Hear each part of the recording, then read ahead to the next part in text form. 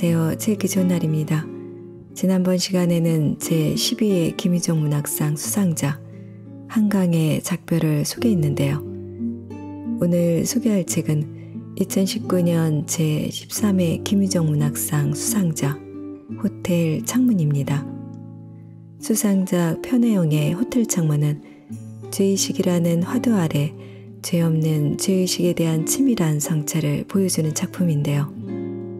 19년 전 물에 빠진 은호는 바인 줄 알고 형의 몸을 밟고 살아남았고 죽은 형의 제사 때문에 고향을 방문합니다. 형의 죽음을 애도하고 살아있는 자신의 도리를 지키기 위해 하지만 항상 드는 의구심은 다릅니다. 비열하고 악랄한 인간이었던 형은 우연한 의인이 되어 추억되고 사람들은 산자의 죄의식을 그에게 요구하는데요. 삶과 죽음이 한순간에 자신과 사촌형의 이미지를 바꿔버린 것입니다. 또한 이 책에는 6명의 여성 작가들의 수상 후보작들이 실렸는데요. 김금희 기계의 탄생, 김사과 예술가와 그의 보헤미안 친구, 김혜진 자정무력, 이주란 한 사람을 위한 마음, 조남주 여자아이는 자라서, 최은미 보내는 이입니다. 김희종 문학상 수상후보작 역시 모두 뛰어난 단편소설이므로 궁금하신 분들은 책을 참조해 주시고요. 오늘은 여러분들께 호텔 창문을 모두 읽어드리도록 하겠습니다. 자, 그럼 지금부터 책 속으로 들어가 보겠습니다. 오늘도 책읽기 좋은 날과 함께 즐거운 시간 되세요. 구독, 좋아요, 알림 설정은 사랑입니다. 잊지 마세요.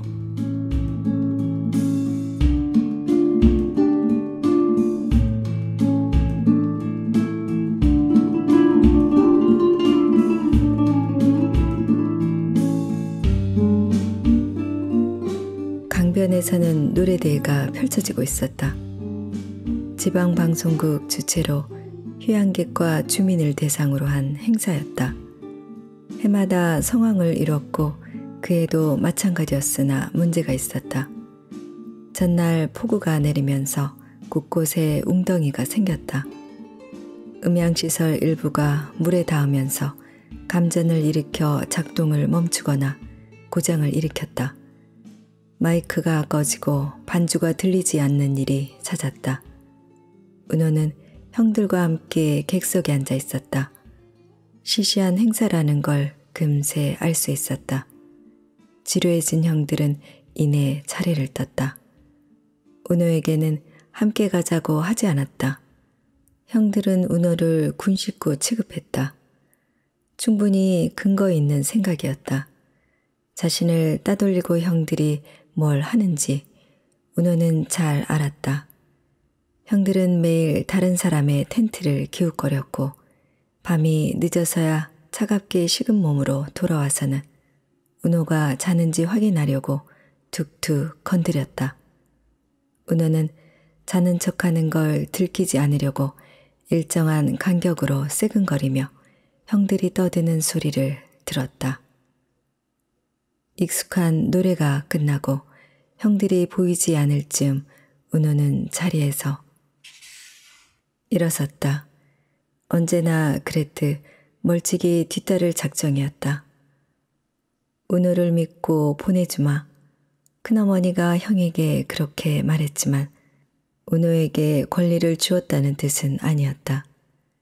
그럼에도 은호는 필사적으로 형들 곁을 맴돌았다. 두려워서였다. 형은 친구들에게 은호를 가리키며 말하곤 했다. 이 새끼 버리고 갈까? 형들은 물 가까운 곳에 자리 잡았다.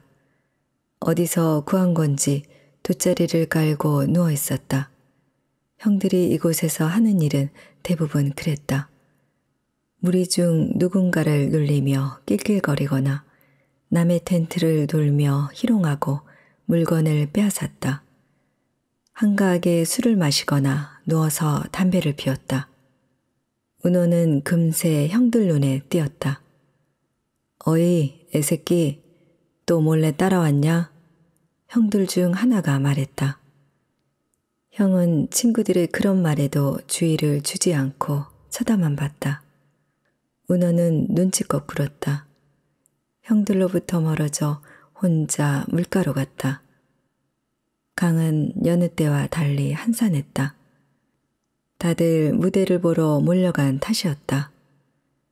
처음에는 발만 담갔지만 이내 두 팔과 다리를 얕은 강물 속에 자연스럽게 오므렸다 폈다. 숨을 들이마시며 천천히 물속으로 들어갔고 형들이 하던 것처럼 조금씩 물을 밀고 나아갔다. 어느 순간 노랫소리가 툭 끊겼다. 아무도 없는 이라는 가사가 나와야 하는데 반주가 들리지 않았다. 이런 무대라면 누군가는 꼭 부르는 노래였다. 마이크를 든 사람은 아랑곳하지 않고 노래를 이어갔다. 객석에 앉은 사람들이 함께 노래를 불러줬다. 아무도 없는 하고 사람들이 다시 목소리 높여 부를 때 은호의 발이 허공으로 떠올랐다. 바닥에 발이 닿지 않는다는 걸 깨닫고 은호는 힘껏 발을 내저었다. 물이 무겁게 은호를 내리눌렀다. 노랫소리가 뭉개졌고 어느 순간 아예 끊겼다. 사방이 고요해졌다. 헛되이 사지를 내줬다가 간신히 바위를 밟았다. 물에서 벗어났지만 온몸이 덜덜 떨렸다. 두려운 기분과 안도감이 교차했다. 한참 후에야 노랫소리가 다시 들려오기 시작했다. 그 후 많은 것이 달라졌다. 무엇보다 추위에 약해졌다. 조금만 추워지면 심장박동이 빨라졌다. 일반적으로도 추위는 더위보다 위험했다. 사망 확률이 훨씬 높았다. 기차에서 내리며 은호는 재킷을 꺼내 입었다. 여름이라고 해도 추위는 긴장과 함께 불쑥 찾아왔다. 역에서 나와서는 곧장 건너편 식당으로 갔다. 돼지뼈를 잔뜩 넣고 끓인 해장국을 시켰다. 땀을 흘리며 뜨거운 국물을 천천히 마시고 뼈에 붙은 살을 야무지게 발라먹고 나면 긴장이 누그러졌다. 무엇보다 먹기까지 시간이 많이 걸린다는 점에서 은호가 매번 시키는 음식이었다. 국물을 떠 넣는데 옆 테이블에서 술을 마시던 남자가 뚫어져라 쳐다보는 게 느껴졌다. 은호는 그릇째 들고 뜨거운 국물을 마셨다. 익숙한 얼굴이었지만 이곳 사람들은 새카맣게 그을린 얼굴에 비슷한 스포츠웨어를 입어 구별하기 힘들었다. 하지만 실망스럽게도 곧 기억났다. 강에 함께 갔던 형들 중 하나였다. 이름이나 말투를 떠올리려면 시간이 걸렸다. 눈에 잘 띄지 않는 타입이었다. 좋게 말하면 그랬다. 팬티나 별반 다를 바 없던 그의 수영복은 선명히 생각났다. 형들이 옷차림을 가지고 놀려도 그는 개의치 않고 실실 웃었다. 놀림을 당하고 조롱거리가 되는 일에 익숙한 것 같았다. 형들의 우정에는 확실히 위계가 있었다. 그는 대체로 조용했으나 작은 문제를 일으켰다. 방송국에서 설치해둔 무대에 몰래 들어갔다가 물에 젖은 마이크를 만져 감전사고를 냈다. 다행히 곧 깨어났지만 은호는 난생 처음 기절한 사람을 보았다. 형들이 그의 따귀를 때리고 몸을 주물러댔다. 구경꾼이 주위를 에워쌌다. 구조대를 불러야 한다는 사람이 있었는데 다행히 그가 느릿느릿 눈을 떴다. 형들은 이내 깔깔거리며 장난을 치고 여전히 그를 놀려댔지만 은호는 단박에 그가 무서워졌다.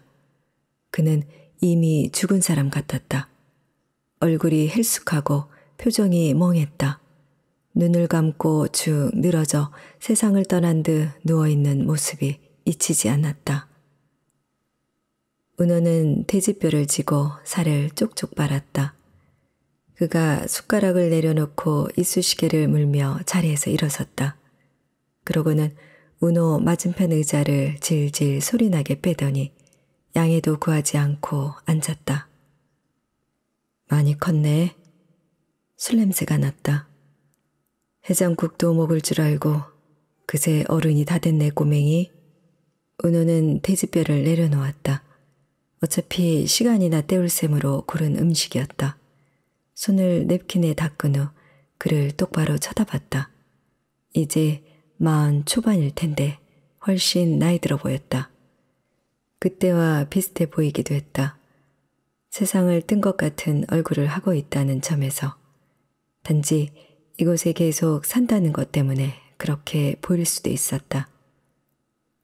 형들은 언제나 은호를 풋내기 취급했다. 그렇기는 해도 은호를 꼬맹이라고 부른 적은 없었다. 애새끼 혹은 개새끼라고 불렀다. 그는 여태 물고 있던 이쑤시개를 손으로 닦더니 다시 이에 가져갔다. 은호는 못 본 척 자리에서 일어섰다. 그러고 보니 오늘인가 보네. 그럼 꼬맹이 생일도 오늘인가? 그가 물었다. 술 냄새를 풍긴다고 해서 모든 게 엉망인 건 아니었다. 그도 기억하고 있는 게 있었다. 가게에서 초코파이를 샀잖아.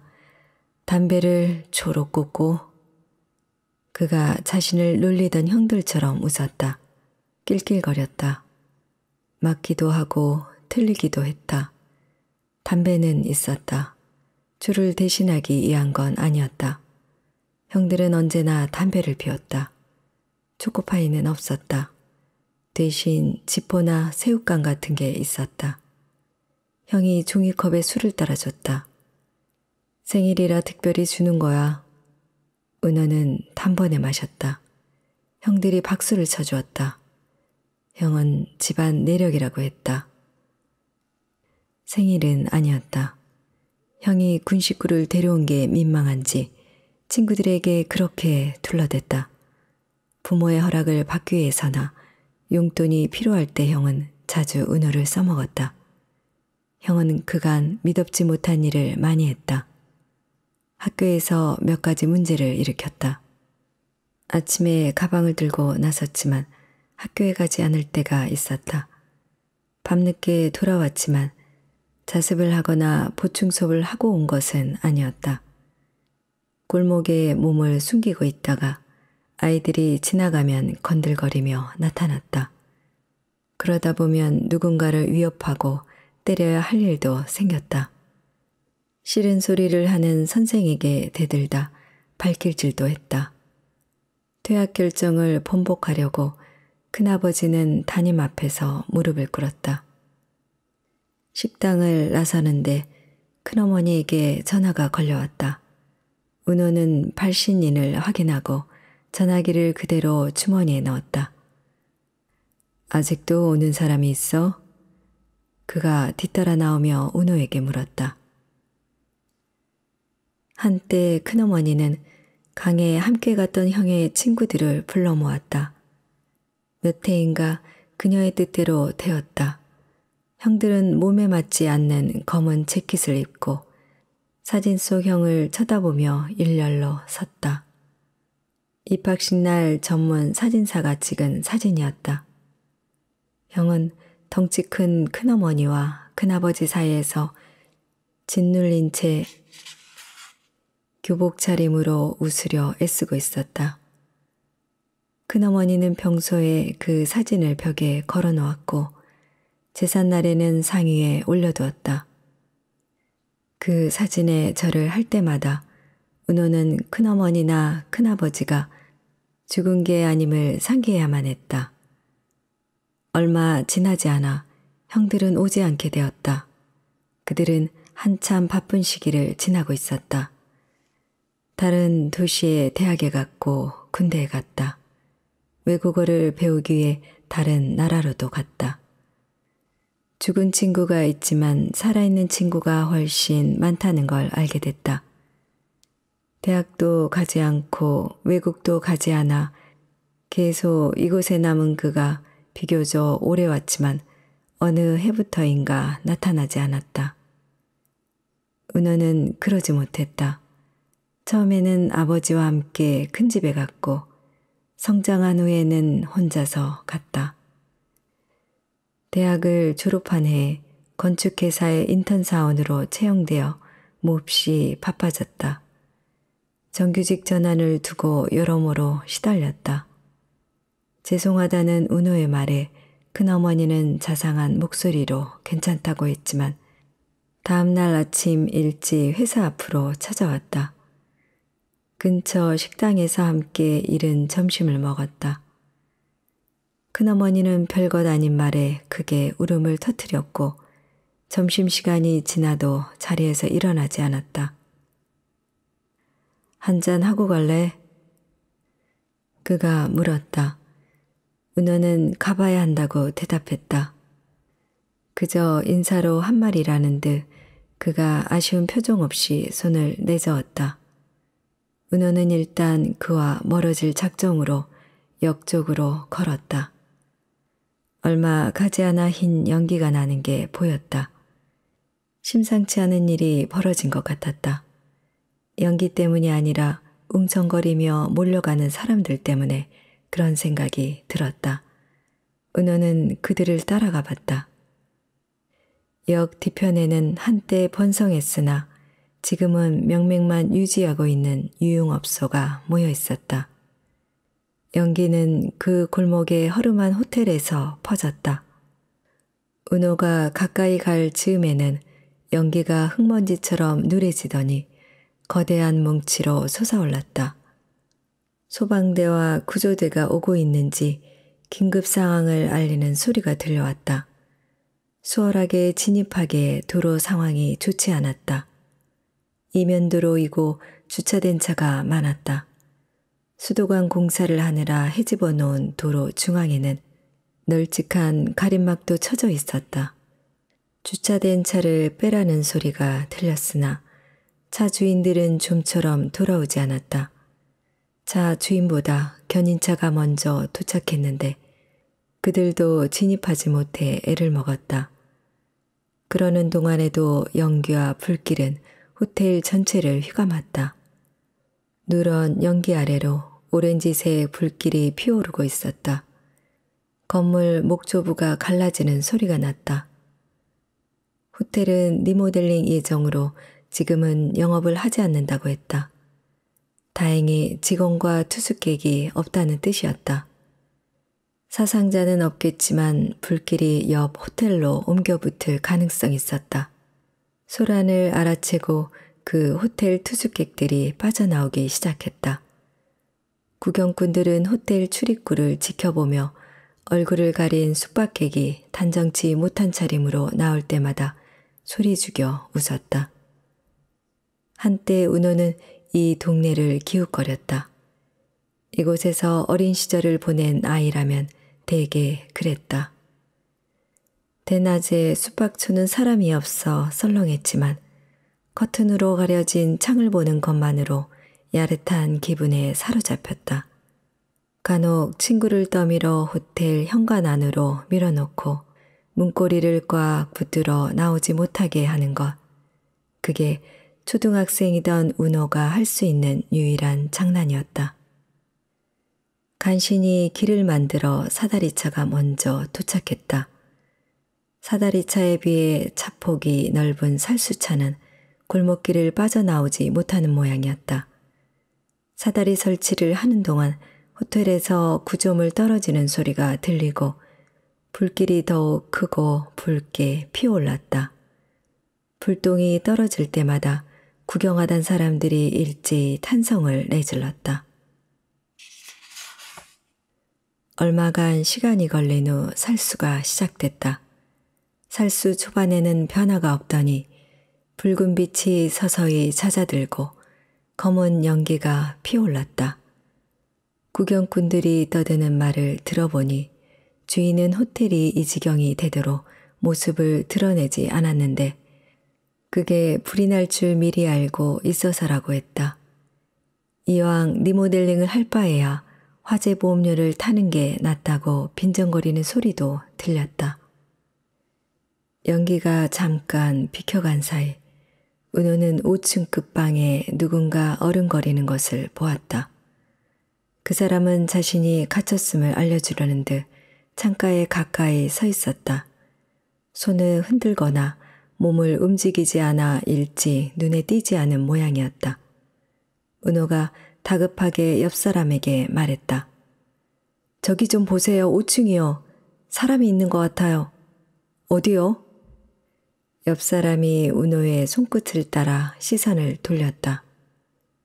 연기가 퍼지면서 창이 완전히 가려졌다. 5층이라고요?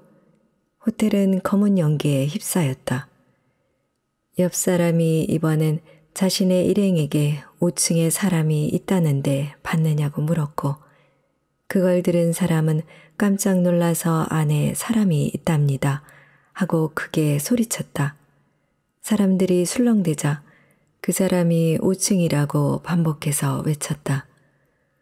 은호가 정확한 것은 아니라고 정정할 새도 없이 소리는 퍼져나갔고 살수를 준비하던 소방대원에게까지 얘기가 전해진 모양으로 얼마 후에는 구경꾼 무리의 뒤쪽에 있던 은호에게 대원이 호텔로 들어갔다고 웅성대는 소리가 들려왔다. 바람이 불어서인지 연기는 수직으로 솟구치는 게 아니라 옆으로 넓게 퍼졌다. 그 탓에 건물은 완전히 가려져서 세상으로부터 아예 지워진 것 같았다. 불길 속으로 들어간 대원도 창가를 서성이던 사람도 보이지 않았다. 은호는 연기가 삼켜버린 건물을 올려다보았지만 사실은 아무것도 보고 싶지 않았다. 사지로 대원을 밀어넣은 것 같아 겁이 났다. 은호는 꽉 차게 모여든 구경꾼 틈을 슬쩍 빠져나왔다. 옆 사람이 자신을 붙잡지 않을까 생각했으나 그는 구경하느라 정신이 팔려 은호가 자리를 뜨는 줄도 몰랐다. 여러 차례 큰어머니에게 전화가 걸려오고 점잖게 속내를 숨긴 큰아버지에게도 여러 통의 메시지가 도착해 있었다. 큰어머니는 이번에도 그냥 넘어가지 않을 것이다. 오로지 은호에게 망신을 주려고 회사로 찾아와 울음을 터뜨리고 그것으로 부족하다 싶으면 다음 날도 찾아올 것이다. 그럼에도 은호는 해서는 안 되는 행동을 해버렸다. 전화기를 꺼버린 것이다. 자신을 기다리며 제사를 미루고 계속 전화를 걸어댈 큰 집 어른을 떠올리면 적개심이 들 지경이었다. 그들 역시 은호를 경멸하며 기다릴 것이다. 살아남은 인간으로 지켜야 할 도리를 다하지 않은 것에 분노하면서 아버지는 출장 때마다 은호를 큰 댁에 맡겼다. 은호를 맡아줄 유일한 친척이었다. 얼마 지나지 않아 출장이 아닐 때에도 맡겼다. 아버지에게는 홀로 어디론가 가야 할 일이 자주 생겼다. 주머니에 기차나 고속버스 티켓이 구겨져 있을 때가 많았다. 큰어머니와 큰아버지는 아버지가 그렇게 하는 이유를 자주 소근거렸다. 엄마 얘기였고 작은 목소리였기 때문에 의미 있게 들렸다. 큰아버지는 엄마를 가리켜 매번 그 여자라고 했고 큰어머니는 미친년이라고 했다. 은호에게 말할 때면 그들이 은호 엄마를 미워한다는 걸 내색하지 않으려고 엄마를 가리켜 예쁜 사람이라거나 정이 많은 사람이라고 했다. 그러고 보면 그들은 없는 사람을 얘기할 때면 언제나 좋은 말만 했다. 역 근처 술집 중 한 곳의 문을 열었다. 텔레비전 뉴스를 보며 술을 마시고 있는 그가 눈에 띄었다. 이번에는 은호가 양해도 구하지 않고 맞은편에 앉았다. 그는 잠시 놀란 표정을 지었다가 주인에게 잔을 더 달라고 했는데 어쩐지 으스대는 목소리였다. 이미 상당한 양을 마신 듯 얼굴이 불가하고 자세를 바로잡으려고 노력하지 않으면 쉽게 흐트러졌다. 일찍 끝났네. 은호는 대꾸하지 않고 주인에게 소주 한 병과 김치전을 시켰다. 그가 앉아있는 술집에 들어온 것은 우연이 아니었다. 은호는 이미 7군데 술집의 문을 열어보았다. 그를 찾을 때까지 더 돌아다닐 작정이었다. 설마 안 갔어? 그가 웃음을 참으며 말했다. 할 만큼 했지. 벌써. 그가 잠시 뜸을 들였다. 19년이잖아. 어느 정도가 할 만큼일까? 은호가 형대신물에서 빠져나온 대가로 말이다. 허우적거리던 은호는 다행히 바위를 밟았다고 여겼지만 아니었다. 은호는 아무것도 밟지 않았다. 누군가 정신을 잃은 은호를 힘껏 끌어올렸다. 바위가 그렇게 했을 리 없었다. 형이었다. 처음에 은호는 자신이 딛고 올라선 바위와 형을 연결짓지 못했다. 자신과 형의 죽음은 완전히 별개의 것이었다. 그렇지 않다고 알려준 것이 큰어머니였다. 큰어머니는 병원에서 태어난 은호를 품에 안고 울었다. 은호는 직감적으로 자신이 살아나서 우는 게 아님을 깨달았다. 큰어머니는 은호를 데리고 산에 갔고 아직 때가 나지 않은 봉분 앞에 세웠다. 과일과 포를 넣고 절을 하라고 시켰다. 은호는 그렇게 했다. 큰어머니가 땀이 흥건한 손바닥으로 은호 등을 밀어서였다. 비석에 쓰인 한자가 형의 이름인 건 알았지만 형이 어떻게 여기 있는지 물어보고 싶지는 않았다. 큰아버지와 큰어머니는 내내 은호 뒤에 서 있었다. 그들이 우는 소리와 숨쉬는 소리를 들었지만 무슨 생각을 하는지 알 수 없었다. 산을 내려올 때 큰어머니는 은호 손을 잡지 않았다. 그들이 실망한 듯 은호가 아직 어려서 그렇다고 말하는 게 들렸다. 자란 후에도 은호의 태도가 달라지지 않는 것에 큰어머니는 매번 서운한 표정을 지었다. 은호는 결코 형이 죽기를 바란 적이 없었다. 간혹 형을 두려워하고 미워했지만 그럴 이유가 충분했지만 죽기를 바라진 않았다. 자기를 죽일 줄 알았던 형이 자신을 살린 것을 알고 은호는 구역질을 했다. 누군가의 희생으로 살아난 것에 감사를 느끼기에는 아직 어렸다. 형은 늘 은호에게 말했다. 죽을래? 눈을 찢뜨며 입술을 비죽거리고 아니고 온 표정으로 허공에 주먹질을 해댔다. 실제로 주먹을 휘두르기도 했다. 은호는 거실에서 텔레비전을 보고 있어서 밥을 한 그릇 다 먹어서 맞았다. 얹혀 사는 주제 이 정도도 각오 안 했어? 형이 말했다. 까불면 물에 빠뜨려 버린다. 제 친구들 앞에서는 그렇게 위협했다. 그렇기는 해도 형이 죽었다고 생각하면 무섭고 겁이 났다. 죽기 전에도 형은 그런 존재였는데 죽고 나니 더 두려운 사람이 됐다. 고마운 적은 없었다. 자신을 구해줬어도 마찬가지였다.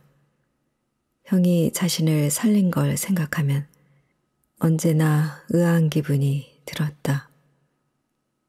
은호 대신 감사 인사를 한 사람은 아버지였다. 경찰을 통해 형을 의사자로 지정하려 했었다. 잘 되지 않아서 아버지는 뇌물을 써야 했다. 상심에 쓰러진 큰어머니의 병원비와 공장의 휴직원을 낸 큰아버지를 대신에 큰 집 생활비도 됐다. 그러느라 목돈이 필요했지만 그럴 만한 돈이 있을 리 없었으므로 나중에 형사고발로 밝혀진 대로 회사 돈을 가져다 썼다. 의사자 지정석에는 은호도 갔다. 경찰과 상패를 든 큰댁 어른들과 나란히 서서 사진을 찍었다. 이 아이군요. 제복 입은 경찰들이 번갈아 무겁게 머리를 쓰다듬었다. 강가에는 경찰도 있었다. 그들은 흥분한 인파를 통제하며 잘 보이는 자리에서 무대를 구경하느라 은호가 허우적대는 걸 못 봤다. 형이 은호를 끌어올리는 걸 돕지 않았다. 내내 울고 있던 큰어머니가 가족을 대표해 단상에 섰다. 형이 때로는 말썽을 부리는 악동이었지만 얼마나 용맹하고 정의로웠는지, 부모에게 다정다감했는지, 집안의 든든한 맞이였는지 이야기했다. 죽은 사람 주변에서 그런 일이 흔히 벌어진다는 걸 오래지 않아 깨달았지만 그때는 놀란 표정을 짓지 않으려고 애써야 했다. 어른들의 대화 속에서 형이 등장할 때마다 은호는 소름이 끼쳤다. 형은 말썽쟁이나 악동이 아니었다. 좋은 사람이 아니었다. 자신에게 한 일을 두고 그리 생각하는 건 아니었다. 어른들도 알았다. 형이 약한 아이를 위협하고 돈을 빼앗고 툭하면 주먹질을 했다는 것을, 훈계하는 선생에게 대들며 발길질을 했다가 태학이기에 몰렸다는 것을. 자라면서 은호는 누구 덕에 살아났는지 자주 상기했다. 큰어머니는 기회가 있을 때마다 놓치지 않고 말했다. 너는 참 복이 많구나. 은호가 형의 나이를 넘겼을 때, 인턴으로 입사했을 때, 다행히 정규직이 되었을 때도 그렇게 말했다. 큰어머니는 자주 형의 이름으로 은호를 불렀다. 은호가 끝내 쳐다보지 않으면 노인의 실수인 척 과장하며 자책했지만 다음에도 형의 이름으로 은호를 불렀다. 살아있다는 것만으로 들뜨지 않은 것처럼 자신이 오래전에 죽었을지 모른다고 생각해도 별 감흥이 없었다. 살아있는 사람만 누리는 이런 덤덤함을 큰어머니는 결코 알 수 없을 것이다. 얼마나 장사가 잘 되면 불구경도 하네. 얼굴이 상기된 노인들이 가게로 들어서며 주인에게 말했다. 불난 거 한두 번 보나? 주인이 대꾸했다. 옆 테이블 사내가 처음 듣는 소리라는 듯 노인들에게 불이 났느냐고 물었다. 한참 탔어. 지금쯤 잿더미가 다 됐을걸. 두 노인이 텔레비전 가까운 쪽에 자리를 잡았다. 은호는 죽은 사람은 없는지 묻고 싶었지만 잠자코 있었다. 내가 다니는 공장에도 불이 난 적 있어. 그가 불쑥말을 꺼냈다. 아, 거기 그 공장 다녔어요? 주인이 끼어들어 물었다. 작년이었나 올해였나 얼마 안 된 것 같은데. 노인 중 하나도 거들었다. 작년 1월이요. 우리 공장에서 수도관 보온재를 만들거든요. 보온재는 전부 가연성 소재잖아요. 조심한다고 했는데 야적장에서 제법 크게 불이 났죠. 그가 말했다. 여기서도 다 보였어. 밤하늘이 번쩍거렸다니까.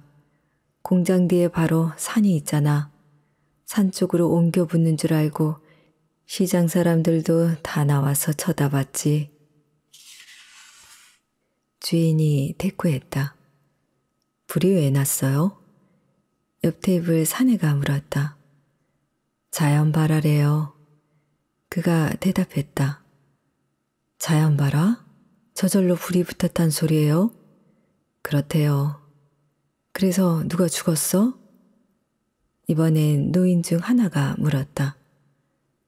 야적장만 탔어요. 다행이었죠. 제가 신고했어요. 불난 걸 제일 먼저 봤거든요. 늦게까지 일하다가 하도 피곤해서 담배나 한 대 피울까 하고 나왔는데 바람이 많이 불더라고요. 바람 때문에 아무리 해도 담뱃불이 안 붙는 거예요. 그런데 어디서 희미하게 탄내가 나네요. 일단 신고부터 했죠. 그 덕에 불이 공장까지 안 번졌어요. 야적장이 타긴 했지만요. 조금만 늦었으면 아마 지옥이 됐을 거예요. 큰일 날 뻔했네요. 옆 테이블 사내가 술이 든 잔을 건넸다. 큰일은 아니고요. 돈이 조금 생기긴 했어요. 그가 잔을 받아 냉큼 마시고 사내에게 다시 잔을 넘겨줬다. 당연히 포상금을 줘야지. 공장을 살렸는데. 주인이 거들었다. 노인들이 갑자기 목소리를 낮춰 호텔이 방화일지도 모른다고 소곤거렸다. 보험금이라는 말과 남는 장사라는 말이 들렸다.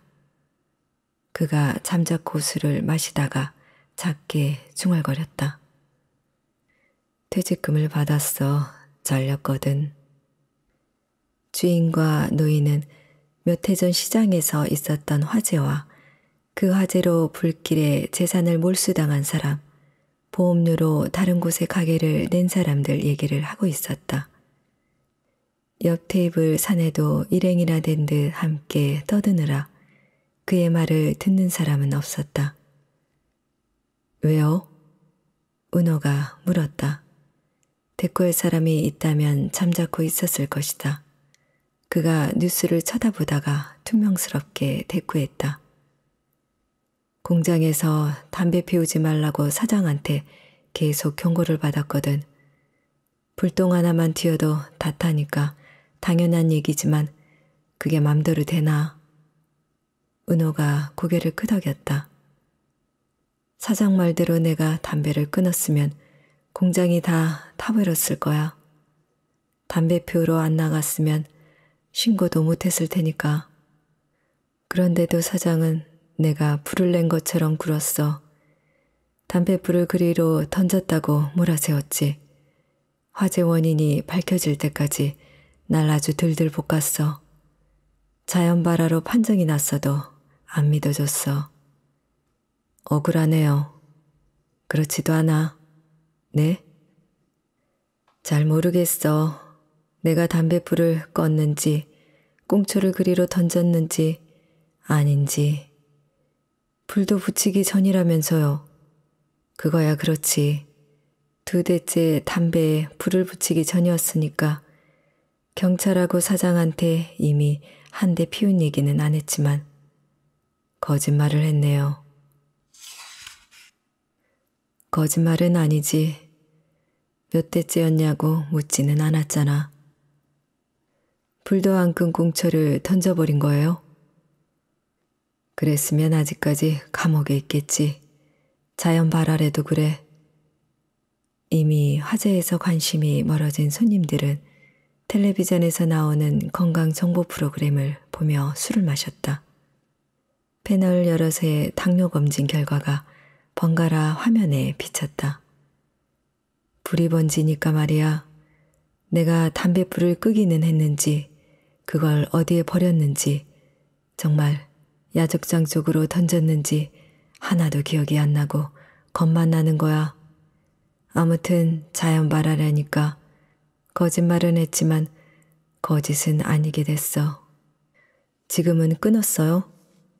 그가 익살스런 표정으로 주머니에 넣어둔 담배를 꺼내 보여줬다.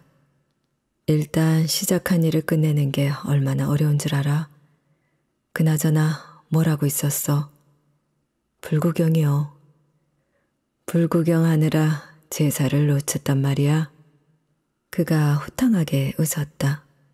술에 취해서일까? 여전히 은호를 애취급하려고 허세를 부리는 걸까? 성격이 달라진 것일 수도 있었다. 친구에게도 주눅들던 때로부터 많은 시간이 지났다. 처음에는 잠바를 벗어서 불을 꺼보려고 했거든. 마구 휘둘렀지. 그럴수록 불길이 번지는 거야. 잠바는 타버리고 불길은 번지고 얼굴은 핫핫하고 미치겠더라고. 변하지 않은 것 같았다. 조용히 문제를 일으킨다는 점에서 같았다. 은호는 어쩌자고 그를 만나 시간을 때우려 들었는지 후회했다. 소방대원을 사지로 몰았을지도 모른다는 두려움 때문인 것 같았다. 사상자가 없다는 얘기를 듣기 전에는 이 도시를 떠나기 어려웠다. 노인들의 얘기를 들어보면 다행히 누군가 죽지는 않은 모양이었다. 처음에는 그걸 알고 싶은 생각이 간절했는데 지금은 그런 생각을 한 스스로에게 환멸이 느껴졌다. 큰어머니는 늦은 시각임에도 사무실로 여러 번 전화를 걸었을 것이다. 은호가 아직 퇴근하지 않고 남아있는지 확인하기 위해서. 큰어머니를 떠올릴 때마다 은호는 감정을 억누르려고 애써했다. 오래된 기억이 도움이 됐다. 큰어머니는 찌개를 끓일 때면 편식하는 은호에게 먹이려고 말린 표고버섯 가루를 넣었다. 아침이면 갈아입을 팬티를 주었고 일주일에 2번 베갯잇을 바꿔주었다. 일요일 밤에는 코미디언이 나오는 텔레비전 프로그램을 틀어놓고 손톱과 발톱을 깎아주었다. 큰어머니가 몸을 둥그렇게 말고 은호 발가락을 줄 때면 웃음이 비어져 나왔다. 그런 순간이 있었다. 기차 시간은 이미 지나 있었다. 서울까지는 아니더라도 가까운 곳으로 가는 막차를 알아봐야 했다. 기차를 예매하려고 휴대전화 전원을 켜자 차분한 톤의 메시지가 연이어 도착했다. 가장 최근에 도착한 메시지는 7분 전 것이었다. 내가 누구 덕에 산 줄 알아야 한다. 그런 말을 들을 때면 은호는 언제나 확률을 생각하며 참았다. 형은 어차피 자신보다 일찍 죽었을 것이다. 은호보다 12살이나 위였고 보통은 그렇게 되기 마련이니까. 은호는 가보겠다며 그에게 고개 숙여 인사했다. 그는 은호에게 불난데가 어디냐고 물었다. 몰라서 묻는 건 아닌 것 같았다. 은호가 술집을 나서자 그가 이번에도 따라 나왔다. 시커멓게 그을린 호텔은 네온사인으로 번쩍이는 건물들 사이에서 금세 눈에 띄었다. 불은 꺼졌지만 주변이 여전히 어수선했다. 사람들은 웅성거리며 탄내를 풍기는 불탄 건물 주위를 오갔다. 여기 와본 적 있어? 그가 까맣게 쪼그라든 호텔을 쳐다보며 추억에 젖은 얼굴로 말했다. 인생이 많이 달라지기 전 친구들과 커튼이 닫힌 호텔 창문을 멀찍이 쳐다보던 시절을 떠올리는 것 같았다. 우린 한 푼도 없었어. 여자친구가 있어도 이런 데는 꿈도 못 꿨지. 그래도 어디든 갔어. 텐트하고 쌀만 겨우 챙겨서 말이야. 쌀이야 쌀통에서 몰래 퍼오면 되니까. 은규가 널 데리고 오면서 10,000원인가 20,000원인가 친척한테 받아왔는데 그게 우리가 가진 전부였어. 그러고 보면 내가 돈줄이었어. 내 핑계를 대면 푼돈이나마 챙길 수 있었거든. 그걸로 술을 샀지. 쌀밥만 먹지 않으려면 주변 텐트를 돌면서 참치나 김치를 얻어야 했어. 은규가 제일 국어를 잘했어. 넉살이 좋아서 뭔가 줄 때까지 절대 안 비켰어. 늘 그런 식으로 뭔가를 뺏었어요. 그가 의아한 표정으로 은호를 많이 쳐다보았다. 은호는 후회했다. 그간 지켜온 규칙이 몇 가지 있는데 형 얘기가 나올 때면 가급적 대꾸하지 말라는 것도 있었다. 은규는 노래도 하고 춤도 췄어. 심부름도 했지. 공짜로 얻지 않으려면 그런 거라도 내놓아야 하니까. 그가 대수롭지 않게 말했다. 은호가 잠자코 있자 그는 이내 이곳에서 그간 어떤 노력을 해왔는지 떠벌리기 시작했다. 뜻대로 풀리지 않고 실패가 되풀이되면서 인생에 대한 기대를 점차 줄여나간 얘기들. 다행히 형과 관련된 얘기는 아니었다. 당연했다. 그에게는 형의 죽음과 얽힌 죄책감 같은 게 없을 테니까 부럽다는 생각이 들었다. 그에게는 죽어서까지 인생을 간섭하는 사람이 없어서 새까맣게 타들어간 건물을 보며 자신의 헛된 노력을 떠올릴 수 있는 것이다. 하루 종일 일을 하다가 퇴근하고 공장을 막 벗어났을 때 새카만 밤하늘을 보며 담배를 피우면 그게 그렇게 좋을 수가 없어. 그렇게 피우려고 매일 주머니에 담배를 넣어 다녔는데 사장은 날 보기만 하면 잡아먹을 듯 노려봤어. 의지가 박약하다는 둥, 책임감을 말아먹었다는 둥, 불로 공장을 날려먹을 놈이라는 둥. 그날도 너무 힘들어서 야근을 하다 말고 몰래 나와서 담배를 천천히 한 대 피웠어. 계속 참다가 담배를 한 대 피우면 말이야. 이 간단한 걸 뭐하러 참았나 하는 생각이 들어. 불을 붙이고 태우고 다시 끈다. 그게 다잖아. 이깟 담배 때문에 사장한테 그렇게 욕을 먹었나 싶어지지. 담배가 타는 동안 아무 일도 안 일어났어. 냄새는 남았지만 그뿐이었어. 담배 한 대 피웠다고 공장에 바로 불이 나거나 내가 지옥에 떨어지지는 않은 거야. 그는 잠자코 불에 탄 호텔을 바라보며 담배를 입에 물었다. 불을 붙이지는 않았다. 그래서 담뱃불을 던지고 싶었던 걸까? 공장을 지옥으로 만들 작정으로? 꽁초를 던졌어요? 은호가 깜짝 놀라 물었다. 자연 발아래도 꽁초는 바지 주머니에 있었어. 다행이네요.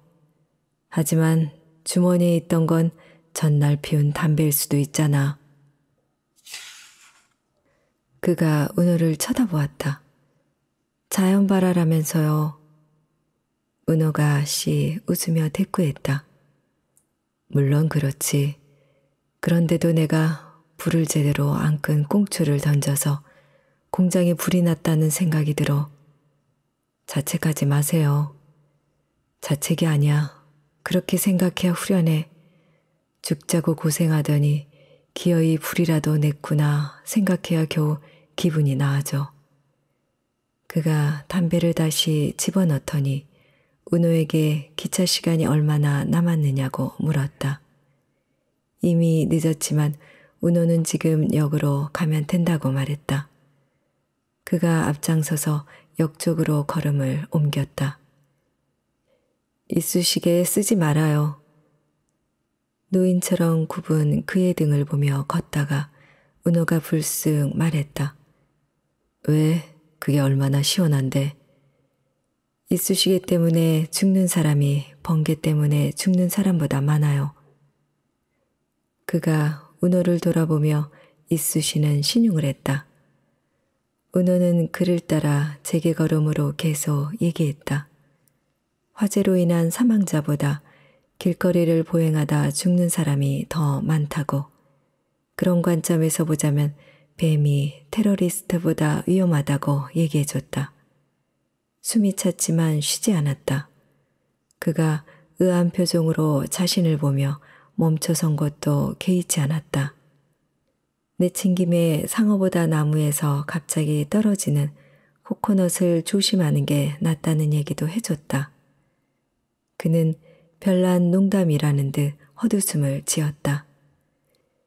역에서 그와 헤어질 때까지 은호는 이건 농담이 아니고 확률적으로 보통 그렇게 되기 마련인 얘기라고 말해주지 못했다.